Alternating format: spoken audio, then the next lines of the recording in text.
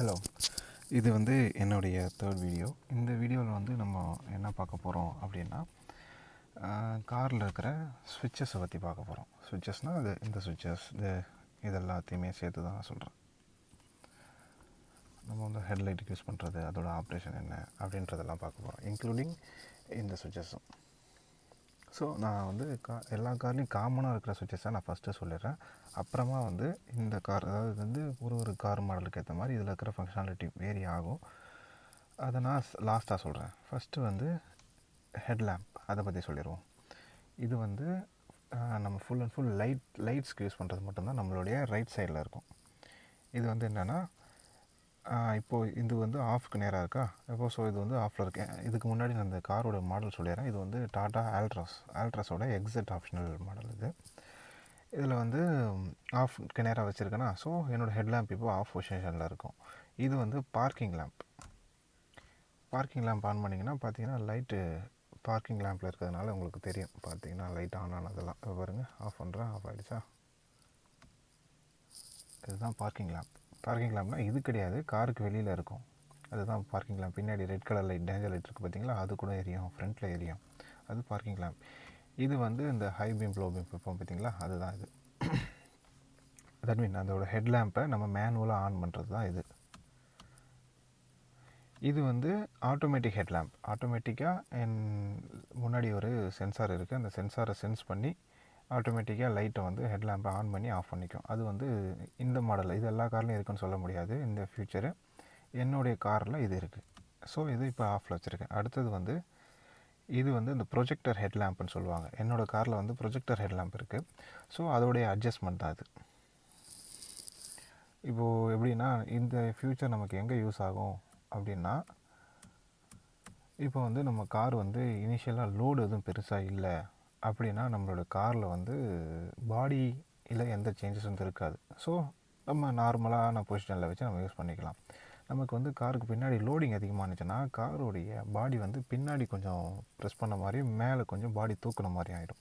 அப்போது வந்து ஹெட்லேம்ப் வந்து நமக்கு விசிபிலிட்டி ரோட்டில் இருக்காது, மேலே இருக்கிற ஆப்ஜெக்டில் அடிக்கும். ஸோ அதுக்காக அட்ஜஸ்ட்மெண்ட்கான கொண்டு வந்தது தான் இந்த இது 1 2 3. நம்ம என்ன அட்ஜஸ்ட்மெண்ட் நமக்கு தேவையோ அதுக்கேற்ற மாதிரி நம்ம இதை அட்ஜஸ்ட் பண்ணி யூஸ் பண்ணிக்க வேண்டியது தான். அதுதான் இந்த இது. இதில் வந்து இண்டிகேட்டர் நம்ம எப்படி போடுவோம் அப்படின்னா, நம்ம ஸ்டீரிங் எப்படி பிடிச்சிக்கிட்டு இப்படி போட்டோன்னா லெஃப்ட் சைடு இண்டிகேட்டர் வரும். இது சில காரில் நம்ம மேனுவலாக இப்படி தள்ளணும், இல்லை என்னோடய காரில் வந்து ஆட்டோமேட்டிக்காக அதுவாக வந்துடும். அது எப்படின்னா, நான் ஸ்டீரிங்கை நல்லா வளைச்சிட்டு ஸ்ட்ரைட் பண்ணிட்டேன் அப்படின்னா எனக்கு ஆட்டோமேட்டிக்காக இனிஷியல் பொசிஷனுக்கு வந்துடும். வரல அப்படின்னா நம்ம தான் மேனுவலாக ப்ரெஸ் பண்ணணும். இப்படி தள்ளிட்டு இப்படி தள்ளணும். இப்போது நான் ரைட் சைடு வளைய போகிறேன் அப்படின்னா, இதான் ரைட் சைடு இண்டிகேட்டர் போடுற பொசிஷன். ஸ்டீரிங்கில் இப்படி கையை வச்சுக்கிட்டு இப்படி தான் நீங்கள் போடணும். அதுக்கு இப்படி பிடிச்சிக்கிட்டு நம்ம ஸ்டீரிங்கை விட்டுட்டு நம்ம அதை போய் இப்படி மூவ் பண்ணிகிட்டு இருக்கக்கூடாது. அப்போ ஸ்டீரிங் வந்து நம்மளை அறியாமல் ஏதாவது சேஞ்ச் ஆகிறதுக்கான சுச்சுவேஷன் வரலாம். ஸோ இதுதான் வந்து best position to handle the indicators. எப்படி, அவ்வளோதான். இது வந்து இனிஷியலாக உங்களுக்கு கஷ்டமாக இருக்கும், போக போக உங்களுக்கு பழகிடும். ஏன்னா எனக்கு அப்படி தான் பழகுச்சு. அப்புறம் வந்து இது வந்து என்னென்னா வைப்பர்ஸ். நம்ம வந்து ஃப்ரண்ட்டில் மழை பெய்கிற டைமில் யூஸ் பண்ணுவோம் பார்த்தீங்களா, ஃப்ரண்ட் அண்ட் ரியர் வைப்பர்ஸ் தான் இது. எனக்கு வந்து ரியர் வைப்பர் இருக்குது, அதனால் இந்த ஆப்ஷன் இங்கே இருக்குது. சில காரில் வந்து ரியர் வைப்பர் இருக்காது, ஸோ இந்த ஆப்ஷன் உங்களுக்கு இருக்காது. அதாவது இந்த செக்மெண்ட் மட்டும் இருக்காது, உங்களுக்கு இது இருக்கும்.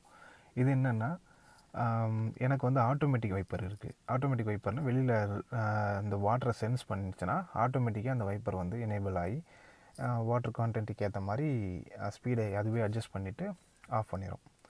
இப்போ நான் அதை மேனுவலாக எப்படி பண்ணுறது அப்படின்றத காட்டுறேன் பாருங்கள். மேனுவலானால் இப்போ இது வந்து இனிஷியல் ஸ்டேஜில் இப்படி இருக்குது, இப்படி ப்ரெஸ் பண்ணி பார்த்தீங்கன்னா கீழே போகாது. இதுதான் இனிஷியல் பொசிஷன். இப்போ வந்து உங்களுக்கு லைட்டாக ட்ரிஸ்லிங்கில் இருக்குது அப்படின்னா ஒரு ஃபியூ செகண்ட்ஸ் ஒன்ஸ் வைப் பண்ணால் போதும் உங்களுக்கு. அப்போது வந்து ஒரு இதுதான் ஃபஸ்ட்டு ஸ்டெப். வந்து ஒரு ஃபியூ செகண்ட்ஸ் ஒன்ஸ் வந்து போகும், ஸ்லோவாக இருக்கும். இது வந்து செகண்ட் ஸ்டெப்னால் ஒரு ரொம்ப ஒரு 5 செகண்ட்ஸ் இல்லாமல் ஒரு 2 செகண்ட்ஸ் ஒன்ஸ் வந்து போகும். ரொம்ப மழை பயங்கரமாக உங்களுக்கு இருக்குது, உங்களுக்கு முன்னாடி விசிபிலிட்டி சுத்தமாகவே இல்லை அப்படின்னா இதுதான் இதுதான் டாப்பு, அதுக்கு மேலே கிடையாது.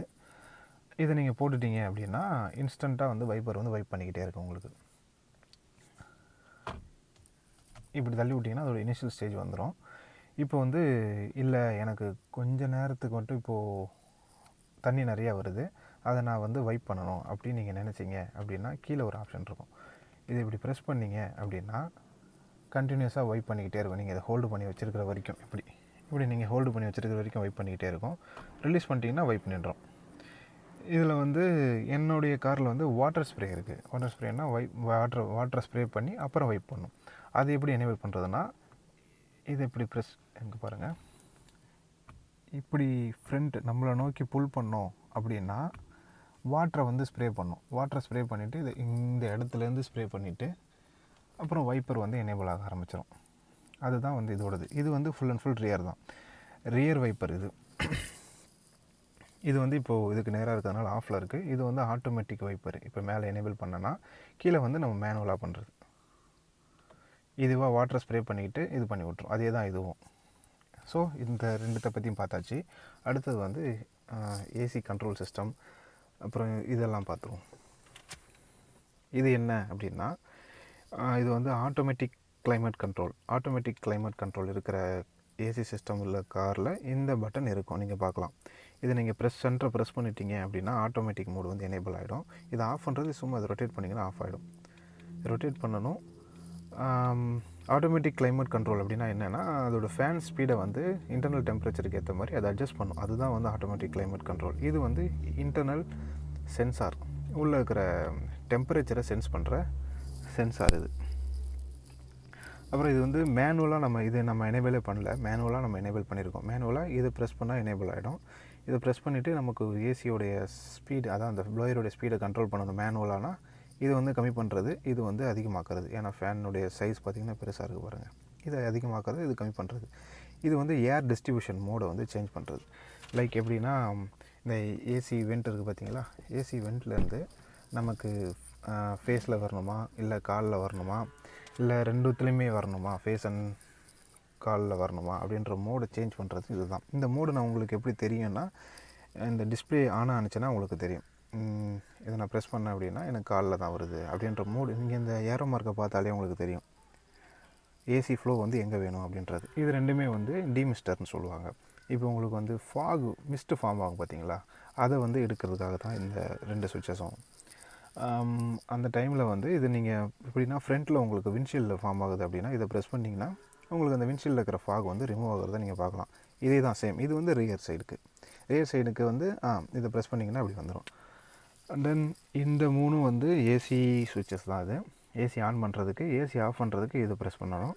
அப்புறம் இது வந்து ரீசர்க்குலேஷன் மோடுன்னு சொல்லுவாங்க. இப்போ ஒரு காரில் நீங்கள் பார்க்கலாம், இதுக்கு முன்னாடி இந்த காரில் கூட இருந்திருக்கான்னு எனக்கு தெரியல சரியா, நான் புதுசு அதனால் சொல்கிறேன். இந்த காரில் ரீசர்க்குலேஷன் மோடு என்னென்னா, உள்ளே இருக்கிற ஏரையே வந்து அது ரீசர்க்குலேட் பண்ணிகிட்டே இருக்கும். ஸோ இதை நம்ம ஆன் பண்ணியிருந்தால் நம்மளுடைய உள்ள ஏசி கூலிங் எஃபெக்ட் வந்து நல்லாயிருக்கும். ஏன்னா வெளியிலேருந்து ஒருத்தருமே ஏரை எடுத்து அதை கூல் பண்ணி கண்டென்ஸ் பண்ணி நமக்கு தர தேவையில்லை. ஸோ அந்த கூலிங் நல்லாயிருக்கும். இதை நம்ம எப்போ யூஸ் பண்ணலாம் அப்படின்னா, நம்ம சிட்டியில் ட்ரைவ் பண்ணுற போது டிராஃபிக் பயங்கரமாக இருக்கும். ஸோ வெளியில் இருக்கிற ஏரை சக் பண்ணி நமக்கு வர்றது வந்து கம்ப்ரஸருக்கும் ஒர்க் லோடு அதிகம், நமக்கும் வந்து அது ஹெல்த் வைஸில் பார்த்தா அட்வைசபிள் கிடையாது. ஸோ நம்ம இதை எனேபிள் பண்ணிக்கிட்டோன்னா கூலிங்கும் நல்லாயிருக்கும், இன்டர்னல் ஏரை நம்ம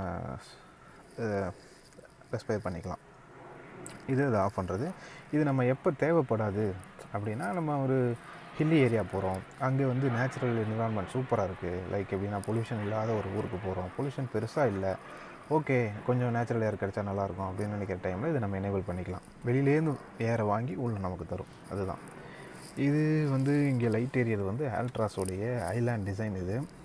இது வந்து எதுக்காக எரியுதுன்னா, இப்போ நான் டோரை சாத்திட்டேன்னா கொஞ்சம் நேரத்தில் அது ஆஃப் ஆக ஆரம்பிச்சிடும். சுமார் ஜஸ்ட் ஒரு கஸ்டமர் அட்ராக்ட் பண்ணுற ஒரு ஃபியூச்சர், அவ்வளோதான். அப்புறம் இது வந்து வால்யூம், இது என்னோடய இன்ஃபோடெயின்மெண்ட் சிஸ்டம், அதோடைய வால்யூம், மியூசிக் கண்ட்ரோல் சிஸ்டத்தோட வால்யூம் தான் இது. இந்த பட்டன் எல்லாமே எனக்கு இந்த டச் ஸ்க்ரீனை கண்ட்ரோல் பண்ணுற பட்டன். இது வந்து என்னுடைய touch screen suppose in case hang ஆகிடுச்சு, ஒர்க் ஆகலை அப்படின்னா இதை வச்சு நான் அந்த மூவ் பண்ணிப்பேன் அந்த ஆப்ஷன்ஸை. அதுதான் இது வந்து உங்கள் எல்லாருக்குமே தெரியும். 4 சைடு நம்ம எங்கேயாவது ஸ்ட்ரெயிட் ட்ரைவ் போகிறோம், இல்லை வேறு எங்கேயும் டிவியேட் ஆக போகிறது கிடையாது, ஸ்ட்ரெயிட்டாக போயிட்டுருக்கோம், இல்லை நல்ல மழை பெய்யுது, அந்த மாதிரி டைமில் வந்து பின்னாடி வர வண்டிக்கு முன்னாடி வர வண்டிக்கு நம்ம வரோன்றதை காட்டுறதுக்காகவும், இல்லை நம்ம எங்கேயாவது ஒரு ரோட் சைடில் எங்கேயாவது நிறுத்தி வைக்கிறோம் அப்படின்னாலும் இதுதான் நம்ம போட்டு வச்சுருப்போம். அண்ட் தென் அப்புறம் வேறு எதில் சொல்கிறதுக்கு என்ன இருக்குதுன்னு பார்த்தீங்கன்னா, இங்கே ஒரு பட்டன் இருக்குது. இந்த பட்டன் எதுக்குன்னா, இது என்னோடய காரில் இருக்கிற ஒரு ஃபங்க்ஷன் இது. இது வந்து மோடு, டிரைவ் மோடை செலக்ட் பண்ணுறது. இதை நம்ம ப்ரெஸ் பண்ணோன்னா ஈக்கோ மோடு அண்ட் சிட்டி மோடுன்னு 2 மோடு இருக்குது. அந்த மோடு ஆக்டிவேட் ஆகும். சிட்டி கொஞ்சம் அவுட்புட் கொஞ்சம் நல்லாயிருக்கும், இன்ஜினுடைய டார்க் நல்லாயிருக்கும். எக்கானமி மோடுனா நமக்கு ஃபியூல் எஃபிஷியன்ட்டு, ஸோ டார்க் கொஞ்சம் கம்மியாக தான் இருக்கும். அடுத்தது வந்து இங்கே ஒரு சுவிட்ச் இருக்குது, அது ஒன்றும் இல்லை, அது க்ளவ் பாக்ஸோட சுவிட்சு. இது இப்படி ப்ரெஸ் பண்ணிங்கன்னா ஆட்டோமேட்டிக்காக அது வரும். இதை அப்புறம் லாக் பண்ணிங்கன்னா ஆகிடும். அதுக்கப்புறம் வந்து ஓகே, ஸ்டீரிங் மவுண்டர் சுவிட்சஸை பார்த்துடலாம். இது வந்து ஃபுல் அண்ட் ஃபுல் இது ஃபுல்லாக மியூசிக் சிஸ்டத்தில் நம்ம எதாவது நெக்ஸ்ட் சாங் ப்ளே பண்ணுறது, ப்ரீவியஸ் சாங்கு, வால்யூம் அதிகமாக்குறது, கம்மி பண்ணுறது. இது வந்து இந்த மோடை செலக்ட் பண்ணுறது, யூஎஸ்பி மோடா இல்லை ப்ளூடூத்தா அந்த மாதிரி. இது இப்போது எனக்கு நான் என் ஃபோன் அதில் கனெக்ட் பண்ணியிருக்கேன், ட்ரைவில் இருக்கும்போது கால் வருதுன்னா இதை அட்டன் பண்ணி பேசிவிட்டு கட் பண்ணிக்கலாம். அதுதான் இந்த சுவிட்சஸ்ஸு. இது வந்து க்ரூஸ் கண்ட்ரோல் வந்து எல்லா மாடல் கார்லேயும் இருக்குன்னு சொல்ல முடியாது. ஒரு சில காரில் இருக்குது. க்ரூஸ் கண்ட்ரோல்னால், இப்போ நம்ம ஒரு ஹைவேல போயிட்டுருக்கோம், ஒரு 70 ஸ்பீடில் போயிட்டுருக்கோம், அதை அப்படியே நம்ம மெயின்டைன் பண்ணணும். நம்ம சும்மா அந்த கிளச்சில் காலை வச்சுக்கிட்டே இருக்கணும்னு தேவை கிடையாது, ஆக்சிலேட்டரை கால் வச்சுக்கிட்டே இருக்கணும்னு தேவை கிடையாது. ஆக்சிலேட்டர் நம்ம கால் எடுத்துலாம். இந்த ஒரு 70 போகிறோம், 70 போயிட்டு இதை எனேபிள் பண்ணி விட்டோம் அப்படின்னா 70லேயே காரோடைய ஸ்பீடு வந்து மெயின்டைன் ஆகும். அதுக்கு வந்து ஒரு மினிமம் ஒரு 4th கியராவது நம்ம கார் இருக்கணும். 4th கியரில் இருக்கணும். ஒரு 60-50 எபோவாவது மினிமம் இருக்கணும். இது வந்து நம்ம அந்த க்ரூஸ் கண்ட்ரோலில் போகிறோம், 70 போவேணாம் 60ல் போகலாம் அப்படின்னு நம்ம ஸ்பீடை ஏற்றி இறக்கிறது இது.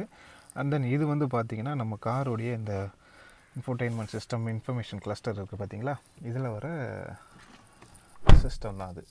இதுக்கு வந்து இது ஆனால் தான் நம்ம வந்து இந்த ஃபங்க்ஷனை பற்றி நம்ம சொல்ல முடியும். இப்போ அதுக்கு வந்து நம்ம இது வந்து full and full electronic based car. Example எப்படி சொல்கிறதுனா, என்னோடய ஸ்டீரிங்கை திருப்பக்கூட முடியாது, ஏன்னா கார் இப்போ ஆஃபில் இருக்குது, ஸ்டார்ட் ஆகலை. ஸ்டார்ட் பண்ணால் மட்டும்தான் என்னால் ஸ்டீரிங்கை திருப்ப முடியும், பிரேக்கை ப்ரெஸ் பண்ண முடியும், எதுவும் பண்ண முடியும். அதுதான் அது. இப்போ நான் அதை உங்களுக்கு ஆன் பண்ணி காட்டுறேன். அப்புறம் அவ்வளோதான் எனக்கு தெரிஞ்சு. அப்புறம் இது எல்லாமே உங்கள் எல்லாருக்கும் தெரிஞ்சது தான். இந்த லைட்டு இது வந்து டோரு ஓப்பனாக இருக்கிறத கண்டுபிடிக்கிறதுக்காகவும் யூஸ் பண்ணிக்கலாம். இல்லை நமக்கு லைட் எதாவது பார்க்குறோம், மேப் லைட்டுன்னுவாங்க, ஆனால் அது மேப் பார்க்கறதுக்கு எனக்கு தெரிஞ்சு பெருசாக யூஸ்ஃபுல்லாக இருக்காது. இது இப்படி இருந்துன்னா டோர் வந்து எல்லா டோரும் லாக் ஆனிச்சுன்னா அது ஆட்டோமேட்டிக்காக ஆஃப் ஆகிடும். இல்லை மேனுவலாக ஆஃப் பண்ணாலும் இதை ப்ரெஸ் பண்ணி ஆஃப் பண்ணிக்கலாம், மேனுவலாக ஆன் பண்ணால் இப்படி ஆன் பண்ணிக்கலாம்.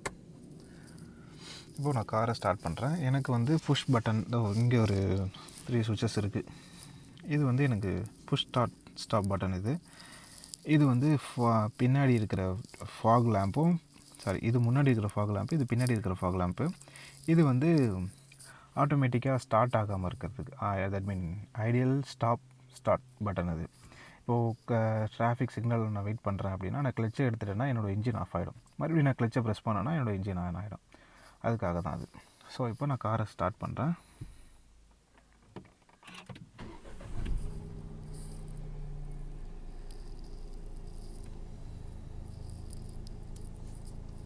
இதான் சொன்னேன் பார்த்தீங்களா, இதில் நம்ம பார்த்தோன்னா ஒன்றா பார்த்துக்கலாம். அதுக்காக மட்டும்தான் இந்த பட்டன் நமக்கு யூஸ்ஃபுல்லாக இருக்கும்.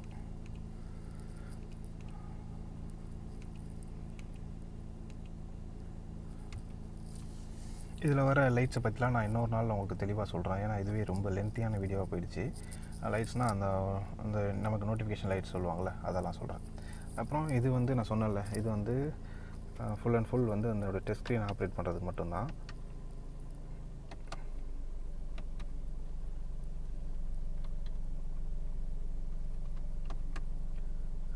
இது வந்து நான் சொன்னல, டச் ஸ்க்ரீன் வந்து இன்கேஸ் எனக்கு ஒர்க் ஆகலை அப்படின்னா ஸ்விட்சை வச்சு ஆப்ஷனை மூவ் பண்ணிக்கிறதுக்கு தான் இது. இது வந்து வால்யூம். என்னோடய காரில் வந்து ஹேர்மேன் ஸ்பீக்கர்ஸ் வச்சுருக்காங்க, ஜேபிஎலோடது. ஸோ என்னோடய காரில் வந்து மியூசிக் சிஸ்டம் சூப்பராக இருக்கும்.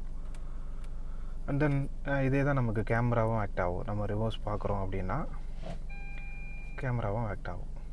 ஸோ எனக்கு இதில் கைட்லைன்ஸ் இருக்குது. இது வந்து ஆல்ட்ராஸில் இந்த ஒரு அடிஷ்னல் ஃபியூச்சர் என்னென்னா, நான் என்னுடைய வீல் மூமெண்ட்டை காட்டும், லைக் என்னோடய வீல் எங்கே போகுது, திரும்ப போகுது அப்படின்றத காட்டும். அண்ட் தென் இல்லை பின்னாடி எதாவது ஆப்ஜெக்ட் வருதுன்னா எனக்கு ஒரு இண்டிகேஷன் மாதிரி காட்டுறதுக்காகவும் யூஸ்ஃபுல்லாக இருக்கும். அந்த ப்ளூ கலர் லைன் இருக்குது பார்த்தீங்களா, ஸ்கை ப்ளூ, அதை தான் என்னோடய வீல் மூமெண்ட்டை காட்டுறது தான் அந்த ஸ்கை ப்ளூ. ஜஸ்ட் ஒரு நோட்டிஃபிகேஷனுக்காக. இது ஒரு நல்ல ஃபியூச்சர் ஆல்ட்ராஸில். நம்ம ரிவர்ஸ் எடுத்துட்டோம் அப்படின்னா அது நார்மல் மோடுக்கு வந்துடும். நம்ம ரிவர்ஸ் மோடில் போட்டிருக்கோம், பாட்டு ப்ளே ஆகிட்டுருக்குன்னா ஆடியோ கம்மியாகிடுது. நான் இது ரீசெண்டாக அப்சர்வ் பண்ணது, எனக்கு பெருசாக தெரியல. அப்சர்வ் பண்ணது வந்து ரிவர்ஸ் கீர் போடும்போது மியூசிக் சிஸ்டம் சவுண்டு வந்து குறைஞ்சிருது. ஸோ இன்றைக்கி இது போதும். நான் இன்னொரு நாள் வந்து மற்ற நோட்டிஃபிகேஷன் அலர்ட்ஸ் பற்றி பார்க்கலாம். ஃபர்தராக எனக்கு தெரியல என்னென்ன பண்ணுறதுன்ட்டு. ஸோ ஃபர்தராக என்னென்னலாம் தோணுதோ அதெல்லாம் நான் வீடியோவாக போடுறேன். Thank you so much friends.